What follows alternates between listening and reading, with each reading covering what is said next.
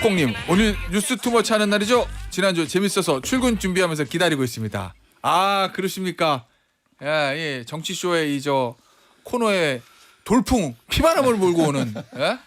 이 뉴스 투머치 잘 돼가지고 내가 보니까 다른 코너 다 개편할 수도 있어요 우리 지금. 예? 저 목요일날 여의도 타짜가 겉으로는 아예 뭐 아직 안 되지 우리한테 안 되지 이러는데 좀 불안해하는 것 같아 내가 보니까. 예, 좀 불안해합니다. 그래서 여러분 오늘 저희가 이 뉴스 투머치 이분들은 투머치 토커기 때문에 1시간으로 부족해요. 그래서 저희가 오늘 특집 본방불가 뉴스 투머치 편을 긴급 편성했습니다. 그렇기 때문에 정규 방송 1시간 하고 9시 5분부터 유튜브로 본방불가를 또 해요. 아시겠지만 유튜브에 들어가면 이 세 분들은 말이 더 많아집니다. 저는 아무 얘기도 할 시간이 없을 수도 있어요. 예, 오늘은 2시간을 간다는 점 말씀을 드리고 세 분의 투머치 토커 소개합니다. 강찬호 중앙일보 논설위원, 네. 박성태 사랑가사의 연구소 연구실장, 김준일 시사평론가입니다. 안녕하세요. 네, 안녕하세요. 네. 오늘 뭐 시간이 많으니까 아무 얘기나 다 해도 됩니다. 예. 네. 요거부터 해보죠. 어제 9차 변론길. 일단 사실은 어제 이제 저는 궁금했던 게 대통령이 측이 내일 하는 10차 변론길이고 요거는 연기 신청했잖아요. 근데 뭐 나름 연기 신청하는 뭐 이유는 있어요. 왜냐면 아침에 서초동 갔다가 그렇죠. 예? 네. 오후에 오전에 서초동 갔다가 그 서초동 재판은 중요한데 구속 취소 신문길이니까 그리고 오후에 가회동 갔다가 의왕에서 나와서 서초동 찍고 다시 의왕 갔다가 또 가야 되잖아요. 가회동. 네. 이거 좀 하루만 연기해달라 한 번만. 근데 안 해줬어요 헌재에서. 안 해줬죠. 네. 요 헌재에서 요 기일 연기들을 받아들이지 않은 거 요거는 어떤 의미라고 보세요?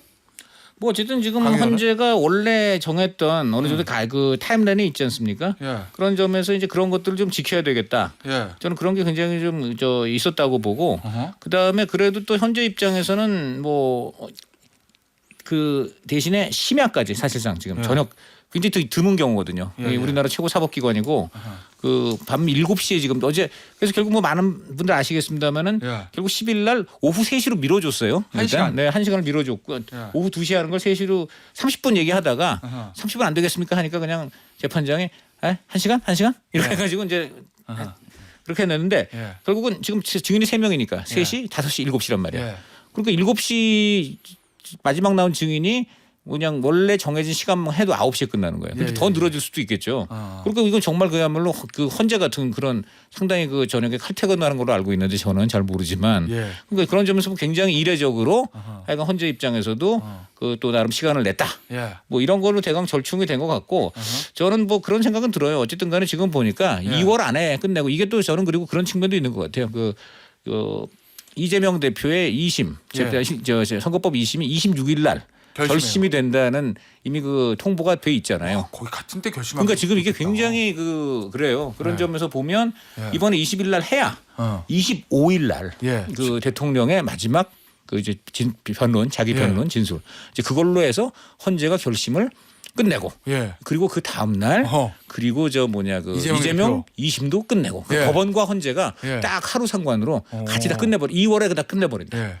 그리고 한 가지 여기서 저는 묘한 것이 2월 26일 날 한동훈 대표의 책이 지금 나온다는 얘기가 나오고 있습니다. 그래서 이게 뭐지 하다가 저는 어떤 의미를 받냐면 이게 결국은 윤석열, 이재명 이 두 사람의 어떤 사법 절차가 끝나는 시점에 또 다음 세대를 표방한 한동훈 대표가 이제 커밍아웃을 그날로 잡은 것이 아닐까 책을 통한. 그래. 그 얘기는 이제 한 대표 그렇습니다. 책 얘기할 때 해보기로 하고 그리고 어제 그 대통령이 근데 어제 분명히 증인심을 하지 않고 뭐 영상 재생하고 양측이 그동안에 했던 거 입장 밝히는 날이라는 거 이미 다 알려줬잖아요. 근데 대통령이 의왕구치소에서 서울구치소에서 나와서 가회동 와서 1시간 있다가 돌아갔거든요. 네. 굳이 내가 여기 오늘은 참석해서 말할 필요가 없겠다. 이렇게 하고 돌아갔다는 거예요. 근데 어제 어떻게 진행된 걸지는 이미 알았을 텐데 그러니까 아예 오지 말든지 왔으면 참석해서 본인 입장을 또 밝히고 뭐 이런 것도 괜찮았을 것 같은데 굳이 왔다가 돌아간 이유는 뭐라고 보세요? 그러니까 이건 대통령한테 물어봐야 되는데 안타깝게도 좀 물어볼 수가 없어서 제가 접견 신청하면 받아주겠습니까 대통령이? 그러니까 어제 그 기사와 관련해서 뭐 유튜브나 뭐 네이버 기사들을 막 보면은 그냥 베스트 댓글이 그게요. 뭐요? 바람 쐬고 싶었구나. 윤석열 대통령이. 아니 제가 모르죠. 모르는데 어쨌든 말씀하셨다시피 다 알던 상황이잖아요. 근데 이제 하나는 정말로 바람은 쐬고 싶었을 수도 있고 또 하나는 이거는 있어요. 그러니까 지금까지 윤석열 대통령이 변론에 참석을 해서 했던 전략들은 뭐냐면은요. 메신저의 신뢰도를 이제 흠집을 내거나 문제가 있다라고 하는 거 대표적인 게 이제 홍장원, 뭐 곽종근 이런 사람들이 이제 탄핵 공작을 벌였다. 근데 어제는 사람이 안 나오잖아요. 그렇지. 사람이 안 나오고 그냥 읽는 거잖아요. 근데 사람이 없는데 이거는 이게 일종의 섀도우 복싱처럼 보일 수도 있거든요. 공중에다가 뭐 조지호가 진술이 어떤데 이렇게 하는 게 아니라 어차피 목요일날 내일 나오니까 그러면은 제대로 해보겠다라고 이제 있어야 될 필요가 없었다는 그런 거를 이제 추론할 수가 있는 거죠. 그런데 저는 좀 더 전자 쪽에 무게를 둡니다. 바람 쐬러 나왔다. 그래요? 사람과 사회를 연구하니까 연구해봤더니 어때요? 저 박 실장은. 일단 사실은 고위공직자 중에 제가 여태 겪어본 고위공직자 중에 윤석열 대통령의 생각을 예측하기란 쉽지 않습니다. 왜냐하면 제멋대로 하는 사람의 생각을 함부로 예측할 수가 없어요. 정상 루트가 아니기 때문에. 다만 제가 이럴 가능성이 있겠다라고 생각하는 것. 물론 정확한 이유는 모르죠. 대통령이 말을 안 하면 또는 변호인이 나중에 얘기할 수 있겠지만 일단 저는 대통령이 처음에 오늘은 가봐야 별로 할 일이 없을 거예요. 구차별로 뭐 하는데 뭐 이런 거 하는데 대통령이 그냥 앉아 계시면 됩니다. 그러니까 안 가셔도 돼요. 라고 하니까 네 그래도 가지 뭐. 뭐 내가 가서 뭐 그래도 가서 일단 보고 했다가 나중에 이제 들어가는 차 안에서 좀 더 자세히 오늘 어떻게 하면 돼? 좀 더 자세하게 설명해서 진짜로 할 일이 없다는 걸 알고 그럼 진작에 얘기했어야지. 그리고 나 됐어 졸린데 거기 못 앉아 있어. 추정입니다 이건. 근데 사실 여부는 알 수 없는데 들어가지 않았을까? 윤색이나 오조는 윤 대통령과 좀 흡사한 부분이 있어요. 저도 윤 대통령 이렇게 접해본 거하고 지금 우리 박성태 부장이 이제 어떤 이제 모사를 한 건데 상당히 좀 약간 느낌이 비슷하다 이런 느낌은 듭니다. 상상이지만 사실은 그거 아니고서는 가다가 앞에서 차를 돌려서 간다는 건 사실은 굳이 뭐지라는 생각이 들죠. 아니면 혼선이 있을 수도 있죠. 뭐 이제 그 윤 대통령은 예를 들어 오늘 가서 뭐 누가 나온다고 생각할 수도 있고 그랬는데 또는 나올지도 모른다는 또 어떤 전언이 있었을 수도 있고 하는데 차 타고 도착할 무렵에 오늘은 정말 그냥 혼자 앉아 계시고 양쪽 입장 정리하고 그렇습니다. 그러니까 요건 하나만 수 있을 것 같아요. 그리고 연기를 왜 안 받아들여줬냐 1시간만 늦춰주고 저는 뭐 강찬호 의원님이 말씀하신 거에 더해서 뭐가 있냐면은 지금 문영배 재판관 집 앞에서 지금 시위가 일어나고 있어요. 이게 그냥 시위가 아니라 확성기 틀고 그리고 문영배 가만두지 않겠다 이런 건데 다른 헌법재판관 앞에서도 지금 다 하겠다. 제가 실제 벌어졌는지 모르겠는데 막 이런 상황이거든요. 신변의 위협을 느껴서 경찰들이 지금 실탄을 지금 뭐 차고 경호를 해야 되네 만에. 그러니까 이게 더 늘어지면 늘어질수록 굉장히 국가적으로도 혼란하지만은 재판관들한테 신변도 위협이 될 수 있겠다 이런 판단도 된 것 같아요. 그러니까 빨리 종결하는 게 낫다. 그리고 어차피 이게 형 아시겠죠 변호사라도 잘 아시겠지만은 형사재판 처음에 공판하면 할 게 없는 거 알잖아요. 그냥 확인만 하잖아요. 그냥. 변론 또 공판 준비기일이니까. 뭐. 준비기일이니까 그냥 윤석열 그러니까 피고인 맞냐 뭐 이 정도 확인하고 하는 거니까 크게 시간도 걸리지 않는다 이렇게 판단한 것 같아요. 저도 뭐 거기에 덧붙여서 한마디 더 말씀드리면 그런 게 있을 수 있다고 봐요. 그러니까 한덕수 총리에 대한 증인 신청을 계속 기각했지만 결국엔 들어줬잖아요. 여기에서는 변호인단 또 국민의힘 주요 정치인들 또 일부 언론에서 계속 헌재 흔들기가 있었거든요. 그래서 일단 한 번 더 증인들을 준다. 예를 들어 홍장원 차장도 그래서 더 나오고 이렇게 됐는데 너희들 원하는 거 여기에다가 다 받아줬으니. 그렇죠. 그런데 이런 거. 공판 변론 중에 형사재판에서 굳이 안 가도 되는 일들에 대한 이유로 변론 기일까지 한 번 더 미뤄지면 기세 싸움에서 밀리는 헌재가 밀렸다. 헌재가 이제 쫄기 시작했다. 일부 구구층에서 이런 얘기들이 나올 수가 있어요. 그래서 적절히 저는 헌재가 끊어졌다고 봅니다. 알겠습니다. 어제 있었던 거 하나만 좀 짚어볼까요? 어제 이제 저 조지호 전 경찰청장 이 사람이 몸이 좀 안 좋기 때문에 그동안 몇 번 증인 신문에 출석하는 거를 거절했고 내일은 이제 또 못 나온다고 하니까 이제 강제 구인 절차 하겠다 뭐 이렇게 얘기하는 것 같은데.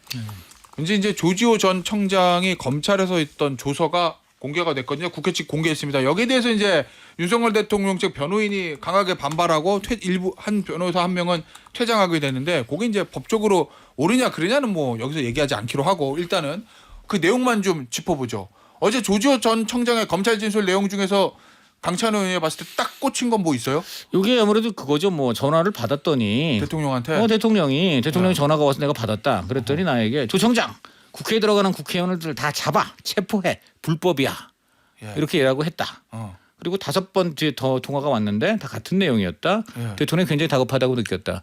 어디 굉장히 구체적이고 예. 뭐 그다음 횟수도 지금 특정이 됐고 어허. 또 다급하다는 느낌 예. 뭐 이 정도기 때문에 이게 이제 상당히 그 이제 윤 대통령한테 불리하고 국회 측에는 유리한 증거가 될 수 있을 것 같고요. 예. 그렇기 때문에 이것이 바로 이 조서 이것을 이제 수사기관 이제 검찰에서 한 조서겠죠. 예. 이것을 이제 그 채택을 하니까 아하. 당연히 이제 윤 대통령 쪽에서는 상당히 어제는 강하게 증거는 불만을 표시할 수밖에 없지 않았겠네 이런 생각이 되네요. 네. 야. 네.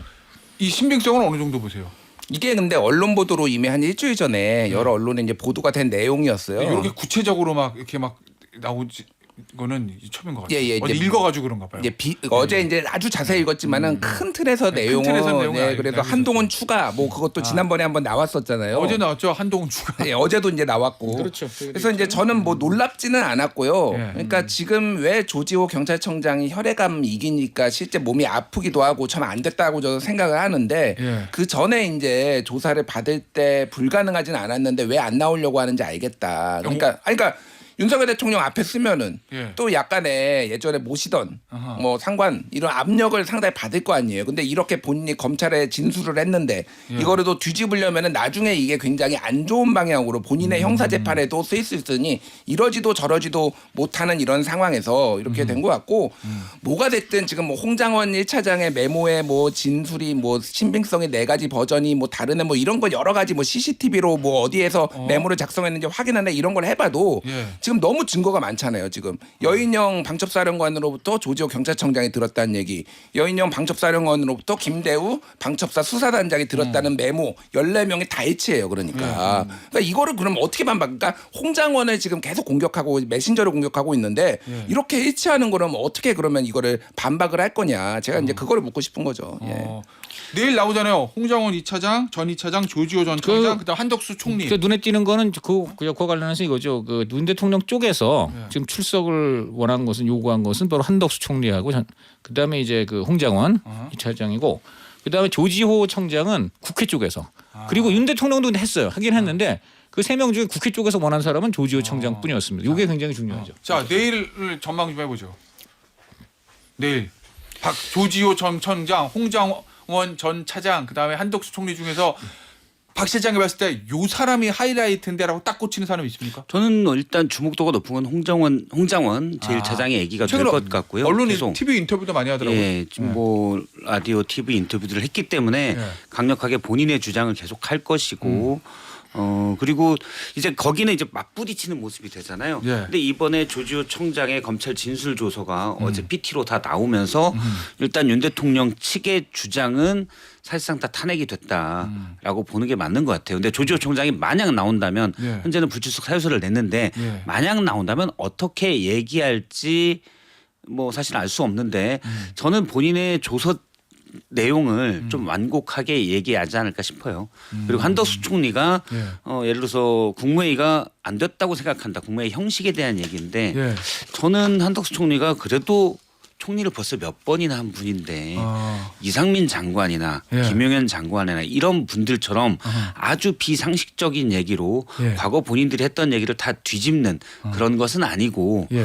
표현은 좀 더 부드럽겠지만 계엄이 잘못됐다라는 얘기는 전 할 거라고 봅니다. 저는 그래서 개인적으로 한덕수 죄송합니다. 한덕수 총리가 어떻게 대답할지가 굉장히 궁금해요. 저는 그 한덕수 총리가 사실 그 윤석열 대통령 쪽에서 굉장히 강력히 요구를 예. 했잖아요.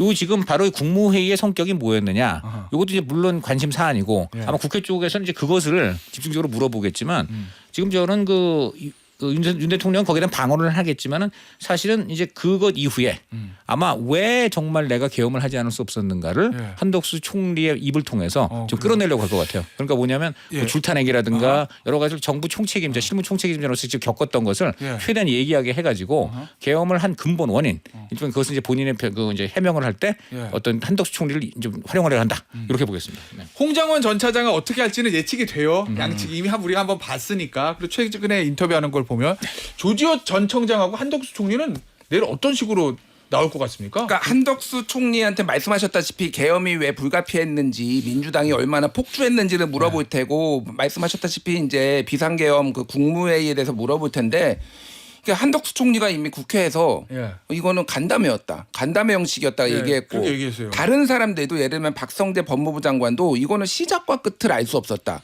그 나머지 사람들도 대부분 국무회의 요건을 갖추지 못했다라고 얘기를 했고 서명도 안 받았어요. 예. 그럼 이거를 뒤집을 수 있을까? 이미 제가 보기엔 서명 안 받고 뭐 사후에 전자결제를 하려고 했다 뭐 이런 얘기조차 그러니까 다 말이 안 되는 얘기이기 때문에 예. 요건적으로 이미 안 갖춰졌어요. 그러니까 약간의 우호적인 얘기를 할 수도 있겠지만은 근본적으로 이거를 뒤집는 것이 가능할 것인가 그런 얘기 생각이 들고 조지호 경찰청은 아까 제가 말씀드렸지만은 답변이 제한된다라는 그 이제 이진우 수방사령관이 썼던 전략을 좀 많이 쓸 수도 있고 예, 이게 왜냐면 형사적 재판이 어쨌든 있으니까 예, 그거를 쓰거나 조금 최대한 완곡하게 좀 표현을 하지만은 이거를 뒤집다. 내가 대통령 전화 안 받았다. 이런 얘기를 하기에는 쉽지 않죠. 다만 근데 어쨌든 한덕수는 오랜 관료 생활을 했기 때문에 저는 이 표현을 보면 참 정말 그 뭐라 그럴까 관료의 관록이 느껴져요.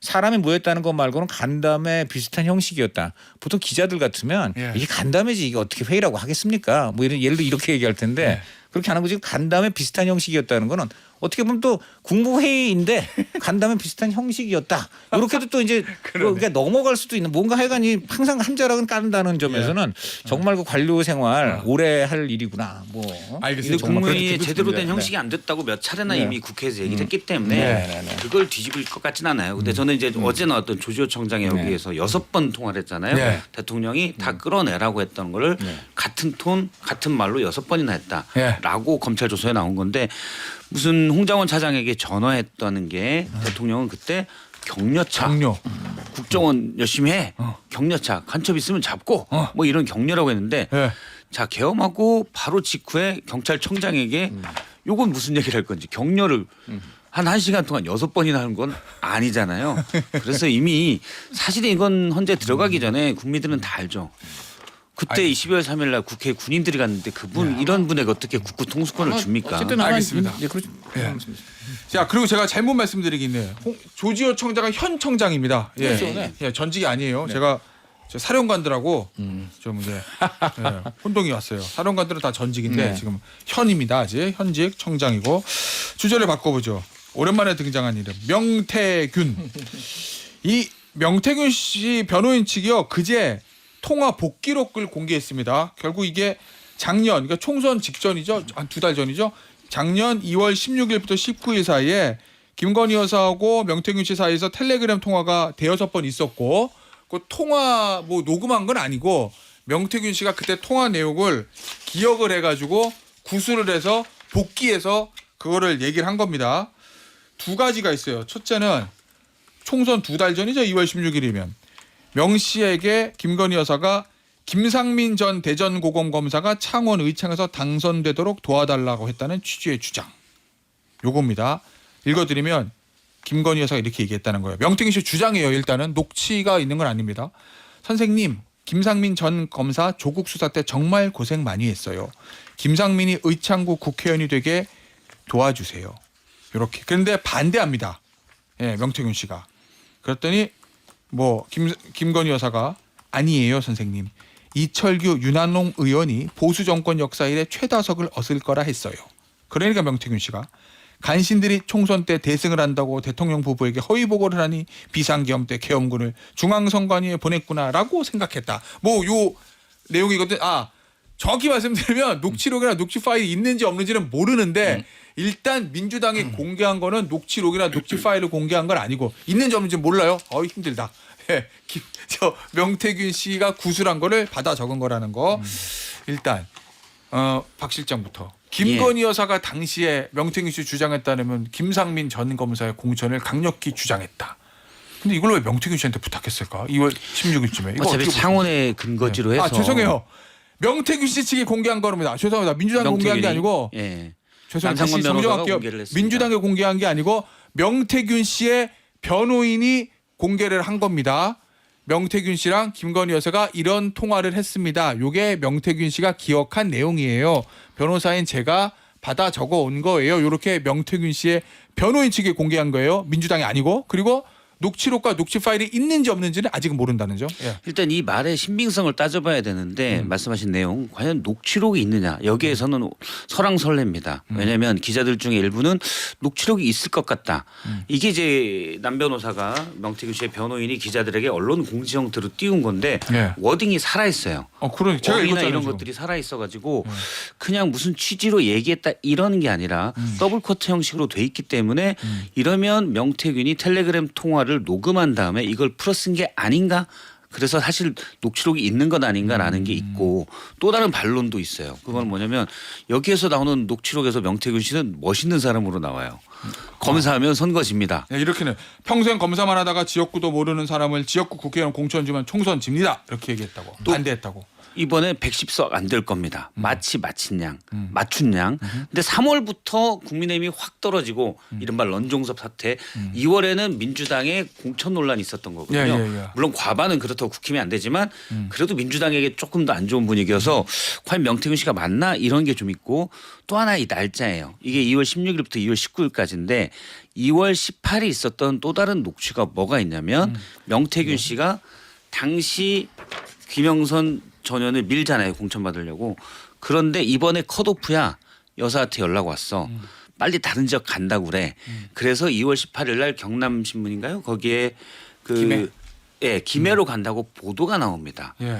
그러면 당시에 명태균 씨의 상황은 여사에게 제발 김영선 공천 좀 해주세요 라는 상황일 거라고 봐야 되는데 그런 상황이라고 봤을 때 지금 나와 있는 녹취록의 명태균 씨의 어조나 뉘앙스는 강경해요. 이건 절대 의뢰 위치인데 요 정도면 갑의 위치예요. 그 이틀 상관이거든요. 그 사이거든요. 그래서 이거는 녹취록은 아니고 명태균 씨가 일단 통화 내용을 자기 입맛에 맞게 구술했을 가능성 이게 좀 크다고 전 보고 있고요. 추정컨대요. 상황상. 그렇죠. 예. 상황상. 왜냐하면 이 말이 기자들도 계속 이게 과연 녹취록이 있는 거냐 아니냐 이걸 좀 헷갈리거든요. 사실 모르죠. 예, 명태균 모르지. 씨가 또 워낙 플레이를 많이 하는 분이어서 예. 확신할 수는 없고 그런데 다만 이런 상황은 있을 것 같아요. 여사가 김상민 검사의 공천을 도와줘라. 공천이 아니라 이제 이거를 당선을 도와줘라 하는 거. 여기서 김준일 평론가가 정리해 줘야 될 게 있어요. 예. 김상민인 검사는 누구인가? 잘 모르시는 분들이 있기 때문에 누구길래 명태균 씨 주장에 따르면 김건희 여사가 명태균 씨한테 김상민 검사 조국 수사 때 정말 고생 많이 했어요, 선생님.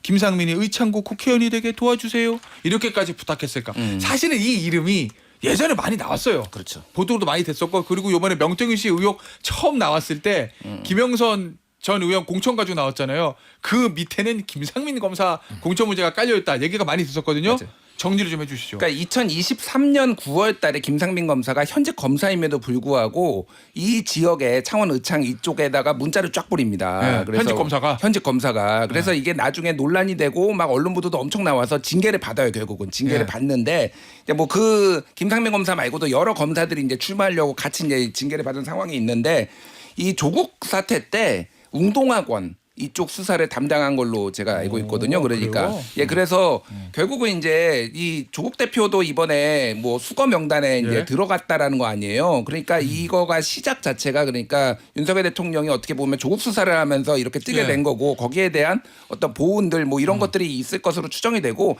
당시에 언론 기사를 보면은 김상민이 뭘 보고 이렇게 나오냐. 김건희 여사가 있는 것으로 알려졌다. 뒤에 뭐 이런 식으로 언론 보도가 이미 굉장히 많이 나왔어요. 당시에. 예. 추측 구성 보도가. 지역에서 특히 지역에서 굉장히 많이 나왔어요. 그러니까 이게 지금 확인이 된 거잖아요. 사실상 저는 뭐 이제 명태균 씨가 완전히 거짓말을 한다고 보지는 않습니다. 우리 박성태 실장이 잘 설명해 주셨는데 명태균은 하지만은 김영선과의 이해 충돌이 있는 거예요. 김영선은 어떻게든 살려야지 자기가 세비도 반띵하고 막 이런데 김상민은 받기도 어려운 건데 제가 눈에 띄었던 거는 김건희 여사가 보수 정권 역사 이래 최다석을 얻을 거라는 이게 사실인지 여부는 모르겠어요. 이거를 믿었다라는 거. 아니 뭐 정무감각 뛰어나다면서요. 2월 이때쯤이면요. 저도 이거 100석대 초반대다. 지금 어렵다. 이런 얘기 했던 사람이거든요. 그 얘기 나머지 얘기는 재밌을 것 같은데 광고 듣고 3부에서 명태균 씨 수사 관련 이야기 더 이어가 보도록 하겠습니다. 자 2부에서 그 얘기하고 있었어요. 김상민 전 검사는 누구인가. 그 얘기 계속 해주시죠. 예, 뭐 앞에 짧게 설명을 드렸는데 조국 수사 때 웅동학원 수사를 해서 그러니까 김건희 여사 윤석열 대통령의 눈에 들은 것도 맞고 근데 현직 검사 신분으로 예. 지역 주민한테 이제 뭐 사실상 공개적으로 공천을 이제 출마를 하겠다라는 선언을 하고 뭐 책을 내겠다 뭐 이런 얘기까지 예. 있었거든요 당시에. 이거를 옷을 벗고 그냥 변호사를 하면서 하지. 그러니까 빨리 그럼 차라리 그렇게 하고 싶으면 그런데 그러면은 이원석 당시 검찰총장이 어이구 잘했네 출마하게 이렇게 할 수가 있겠습니까? 그럼요. 이거는 기강의 문제니까. 그러니까 이거는 굉장히 뭘 믿고 도대체 저렇게 하냐 이 사람은 이런 얘기들이 그때 법조계에서도 나오고 지역에서도 나왔거든요. 결국 그런데 이제 여사가 뒤에 있었다라는 거를 이게 확인된 100% 명태균께 100% 진실인지 여부는 아직은 알 수 없으나 저는 맞는 것 같아요. 거의 이 정도면은 그때 이제 나오는 거고 아까 말씀드렸지만은 김건희 여사의 정무 감각은 매우 떨어지는 그리고 하나만 더. 김영선 전 의원이 창원 의창에서 김해로 갔잖아요. 창원 의창 안 된다고 막 명태균 씨가 안 되니까 뭐 그러면 창원 의창에 김영선 전 의원이 김해로 옮겨지게 된 것도 그럼 김상민 전 검사 때문이라고 볼 수 있는 거예요? 저는 그렇게 봅니다. 연쇄 이동? 그러니까 이게 한동훈 대표가 김영선 의원을 쳐내는 거는 이해가 가요. 예를 들면은 뭐 이렇게 수조물도 떠먹고 뭐 이렇게 평판이 안 좋았잖아요. 사실은 오선 의원이. 그러니까 되는데 이거를 김건희 여사가 사실은 먼저 컷오프를 얘기를 해줬다라는 거예요. 명태균 씨 그 얘기는 전 진실에 가깝다고 보는데 그러면은 본인이 누군가를 밀어넣을 사람이 있지 않으면은 굳이 그렇게 할 이유가 그냥 방치하면 되는 거잖아요. 사실은 명태균하고의 관계도 있는데 지금 세비 반띵하고 그렇게 부탁해가지고 온 사람인데 그러니까 이거는 밀어낼 사람이 있었다라고 보는 게 합리적인 거죠. 그러니까. 자, 그런데 명태균 씨 주장에 따르면 김건희 여사가 부탁했던 김상민 전 검사도 한 대표에 의해서 컷오프가 됐다. 예, 그래서 지금은 김종양 의원이 현 의원이죠. 전 인터폴 총재. 그렇게 두 사람 다 김상민, 김영선 둘 다 컷오프가 됐다라는 거고. 그리고 요거 말씀하시는 거죠. 앞서 김평론가가 하다만 얘기. 아니에요 선생님.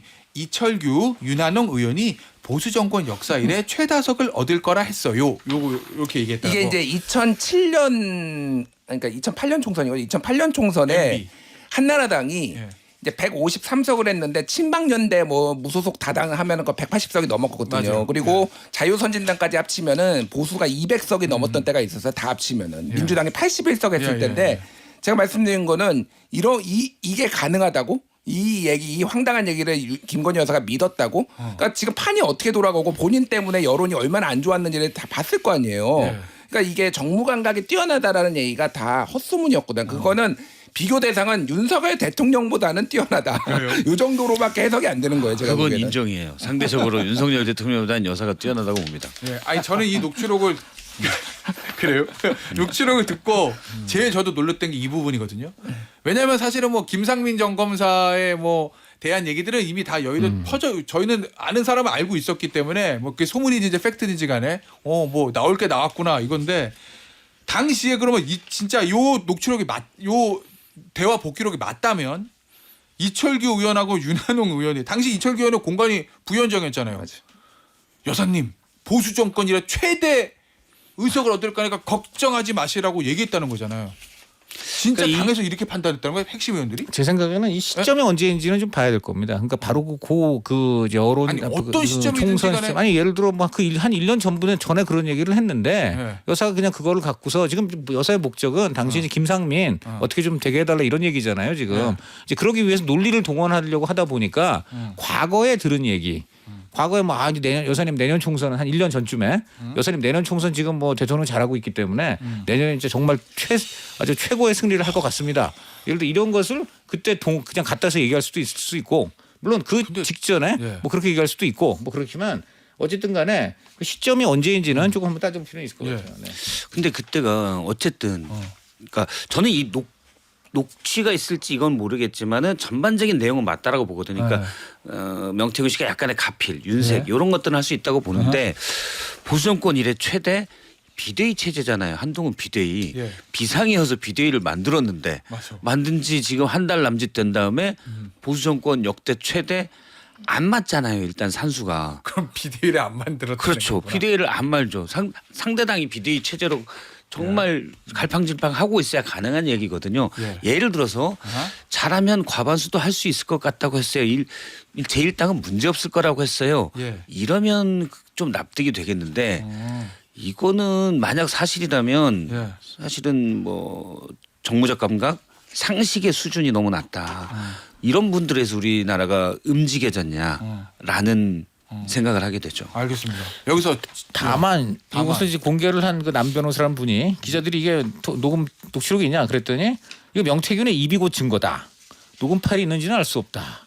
이렇게 일단 그러니까 저는 이 말을 안 하는 게 좋겠어요. 이게 입이 고친 거다. 이건 굉장히 안 좋은 말이거든. 신뢰성을 떨어뜨리는 말이거든. 이거는 네, 아니 뭐 그래서, 본인들 재판 본인들이 알아서 하는 건데 네, 그러니까. 내 입이 증거다. 이건 변호사가 할 말은 아닌데. 네, 그렇지. 저도 좀 그거는 좀 상당히 예. 뭐 잘 나가다가 예. 고개를 좀 갸웃거리게 만드는 거라서 예. 물론 뭐 명태균 씨가 아주 없는 말을 지어내지는 않았을 거라고 봅니다만 어쨌든간에 좀 더 지켜봐야 될 부분이 근데 있다. 어쨌든 하나 이제 주장과 증거는 다른 이른바 거예요. 런종섭 사태, 황상무, 대파까지 쓰리콤보가 있었잖아요. 예. 거기다 윤석열 대통령의 4월 1일 의료 담화문 이걸로 도장을 꽉 찍어서 알겠습니다. 총선을 대표하게 되는데 근데 저도 당시에 3월 말 4월 초에 용산에 있는 분들 취재를 해보면 예.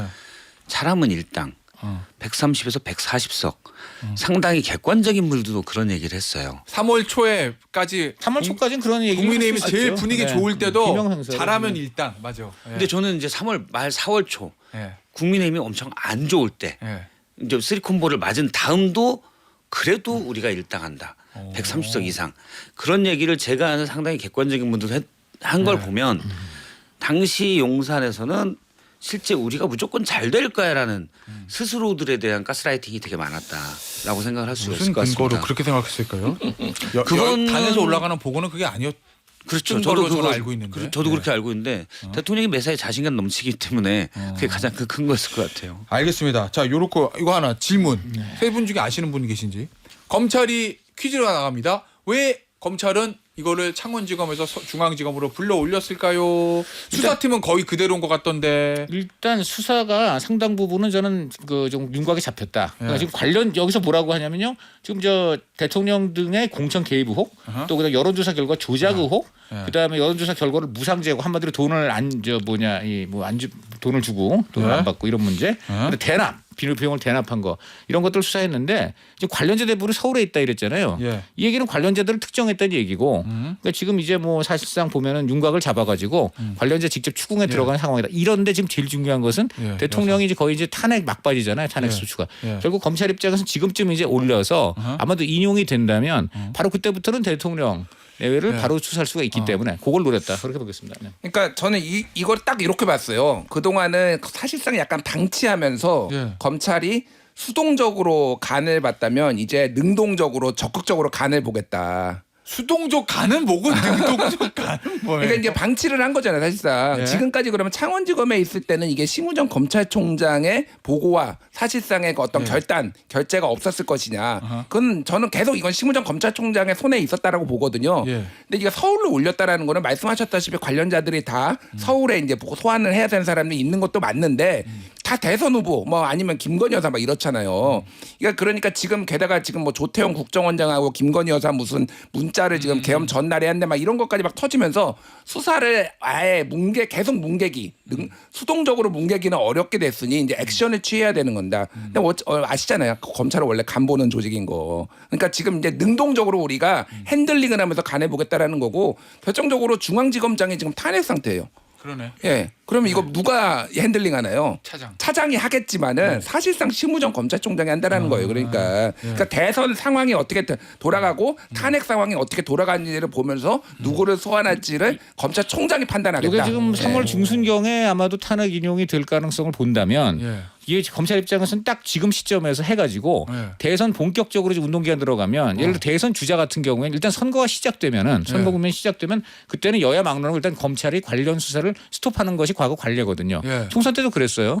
그러니까는 이번에도 검찰이 수사할 수 있는 지금 윈도우는 보름 남았. 그런 좀 그러니까 한 달이네. 지금 탄핵 기간 탄핵 인용되고 조금 더 예. 그런 다음에 이제 본격적으로 선거 운동 기간 들어가고 하면은 그때는 여야 모두 이제 다 스톱을 해주거든요. 예. 그걸 지금 여러 가지 감안한 것 같아요. 자, 네. 여사 저는- 조사한다 안 한다? 소환 조사. 하죠. 저는 할 거라고 봐요. 언제요? 그거는 뭐 한 달 안에 예. 한 달 안에 할 거라고 보고 예.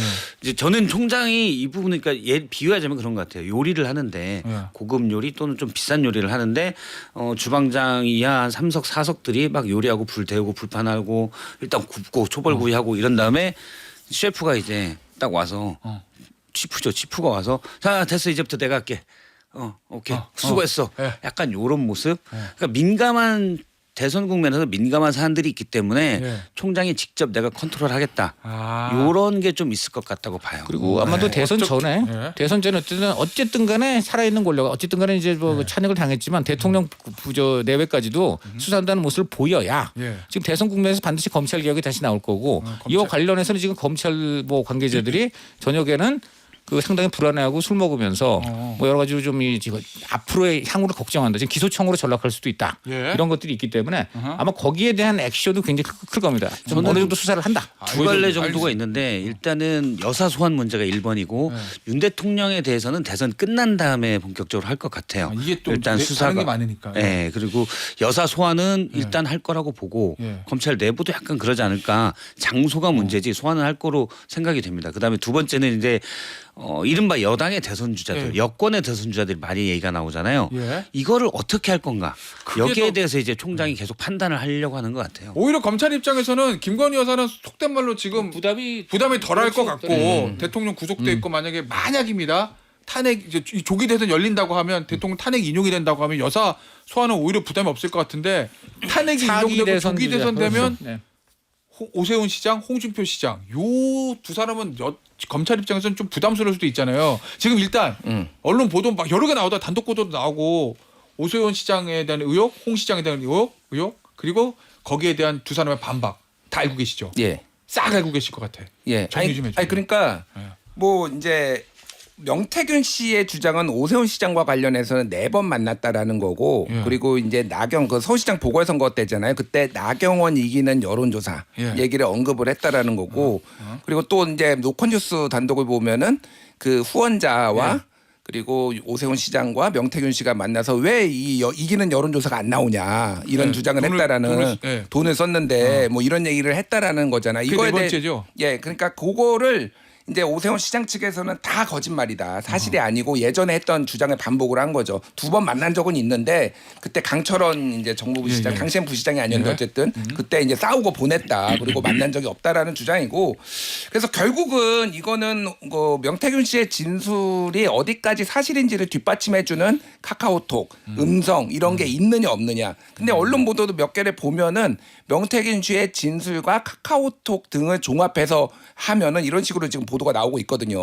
SBS 쪽에서도 이제 그렇게 막 보도가 나오는 걸 보면은 예. 이게 있을 수도 있겠다. 그러면은 증거가 나오면은 오세훈 시장도 굉장히 곤란해질 수 있는데 예. 저는 김건희 여사를 소환하기보다는 먼저 오세훈 시장, 홍준표 시장을 먼저 소환할 수 있겠다. 그러니까 말씀하셨다시피 이게 탄핵되고 대선 국면 들어가면 그때 소환 못 하거든요. 오히려 오세훈 시장은 빨리 이거 다 사기꾼 얘기인데 빨리 이거 좀 빨리 해달라고 진실을- 본인이 또 하고 맞아요. 있으니까. 그 얘기를 하고 있어요. 그러니까 오세훈 시장이 조만간 중앙지검에 근데- 출석해서 네. 이 얘기를 하겠다. 이거 다 거짓말이고 이런 식으로 진술이 나오지 않을까 그렇게 보여요. 어쨌든 네. 저도 좀 오세훈 시장 쪽도 제가 그래서 좀 물어봤더니 뭐 지금 말한 대로 이제 명태균 씨 말이 또 신빙성이 있을 수도 있지만 오세훈 시장 입장에서도 진짜 2번 만난 게 맞다. 이제 포인트는 이거더라고요. 만났다는 거는 직접 뭐 이제 둘이서 좀 서로 마주 보면서 이야기를 나누는 것을 만남이라고 하는데 명태균이 그때 캠프 맨 들락거렸으니까는 뭐 간혹 마주쳐가지고 잠깐 뭐 안녕하세요 이런 것까지도 친다면 모르겠지만 예. 내가 만남이라고 규정하는 건 딱 2번밖에 없었다. 그리고 마지막 2번째 만남에서 그것이 2번째 만남 특히 1월 20일이라고 특정을 해요. 그거는 바로 그 직전에 자기가 그 만남 한번 그럼 강철원 데리고 와서 좀 만나보자 해서 어레인지를 하는 그 메시지, 문자 메시지를 본인이 갖고 있어요. 그게 지금 오늘 뭐 좀 보도가 됐다고 해요. 예. 그래서 그 2번째 만남이까지가 정말 제대로 만남이고 그 이유 없다 이런 얘기거든요. 그래서 이런 부분들은 앞으로 수사 과정에서 예. 서로 간에 철저하게 우선 시장은 자신 있다는 거거든요. 그러니까 양쪽이 다 한번 제대로 한번 붙으면 될 것 같습니다. 뭐 수사를 통해서 밝혀질 것이지 네. 저희가 뭐 팩트를 알 수는 없는데 알 수는 어쨌든 없어요. 오 시장 네. 입장에서 이게- 보면 어제 나왔던 노컷뉴스 단독 보도 이게 팩트인지 아닌지가 제일 중요하겠네요. 그렇죠. 왜냐하면 그거는 4번 만났는데 마지막 4번째 만나면은 오 시장, 네. 명태균 씨 그다음에 오 시장의 후원자인 김한정 김한정. 씨. 어쨌든 김한정이라는 사람이 뭐 돈을 명태균 씨한테 3,300만 원. 3,000원 준 건 맞는데 네. 그건 오 시장이 알았냐 몰랐냐 요게 이제 네. 쟁점이잖아요. 그렇죠. 그러니까 셋이 만난 게 있는지 없는지 이게 이제 중요하겠구나. 그래서 지금 근데 만남은 있을지 없을지 확인은 안 되는데 물론 검찰이 얘기할 수 있지만 아마 했어도 그 자리에서 네. 뭐 그 약간 후원회장 격으로 예. 그냥 있었지만 사실 오 시장은 김 회장도 약간 거리를 계속 두거든요. 예, 예. 공식적인 후원회장도 아니고 예, 예, 예. 이분이 나를 돕겠다고 해서 그냥 아하. 고마운 마음 맞아요. 가지고 있었다라고 있기 때문에 예. 일단은 의심은 가지만 빠져나갈 수는 있어요. 그리고 예를 들어 보고서를 계속 오세훈 시장은 얘기를 하잖아요. 예. 여론조사 조작한 여론조사를 했다고 하는데 13차례 미공표 조사를 해서 그걸 나한테 줬냐. 예. 우리 캠프에 들어온 게 없다. 그럼 거기에서 사실은 오세훈 시장 측에서는 다른 분에게 갔을 거다. 구체적으로 얘기 그렇지만 여권 내 원로. 예.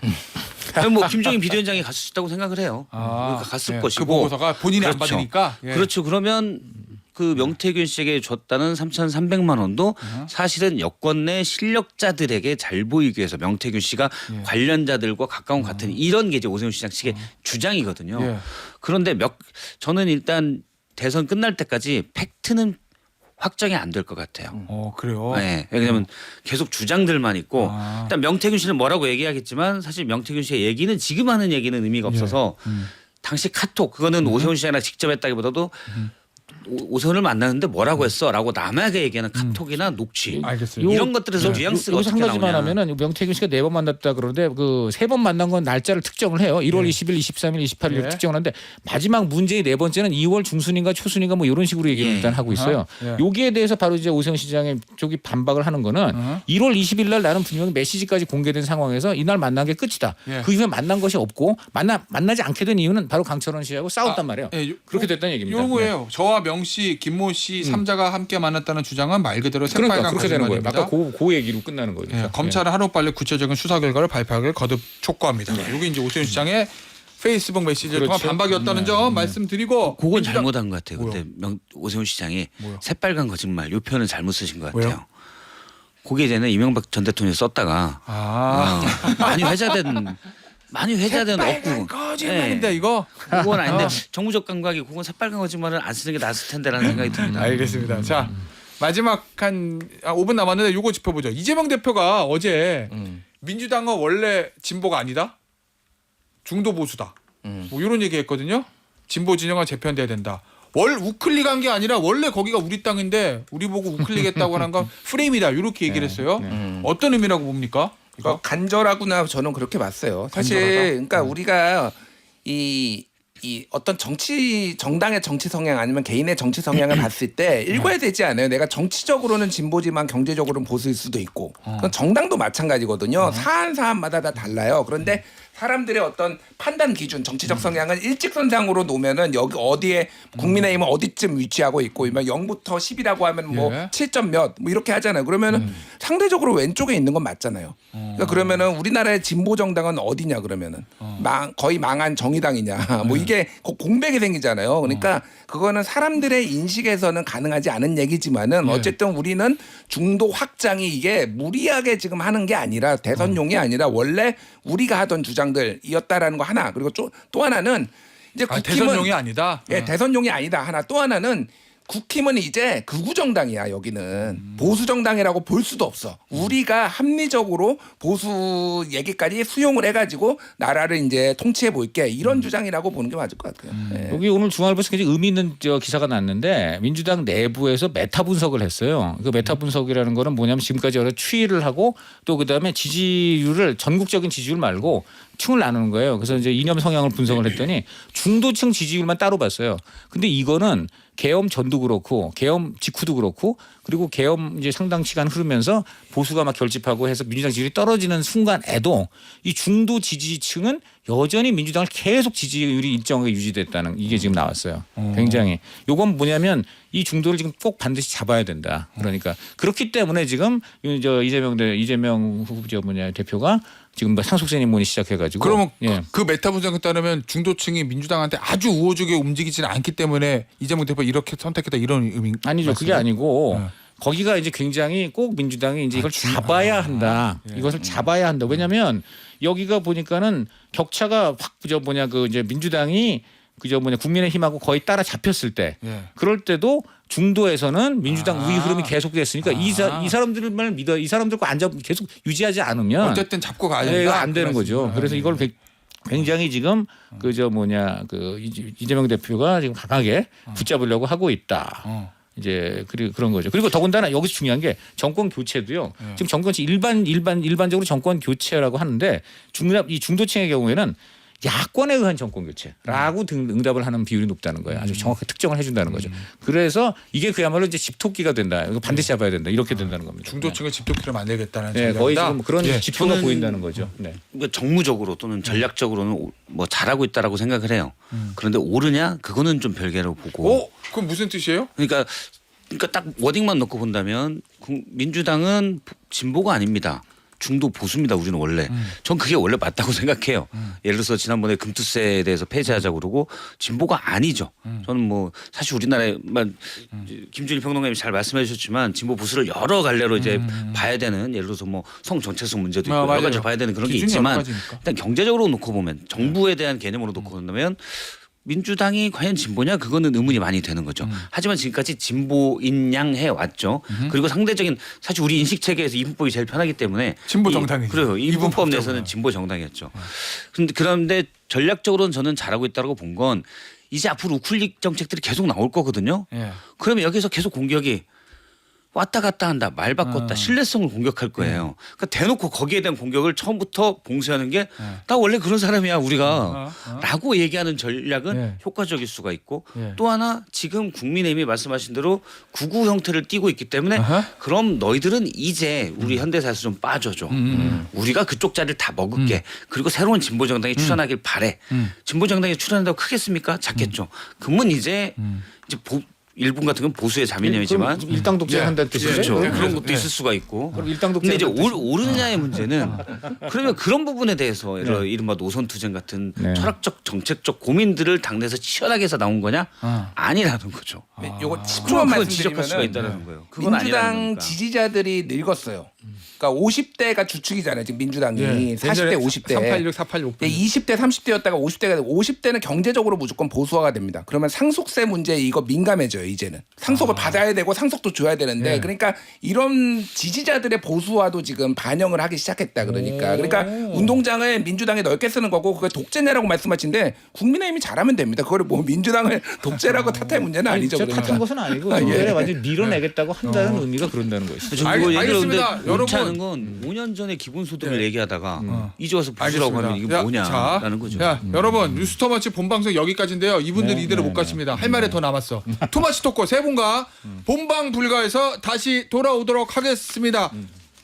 오늘 본방에서 이 세 분 여기까지입니다. 9시 5분에 다시 만나요. 옆 스튜디오에서. 감사합니다. 감사합니다.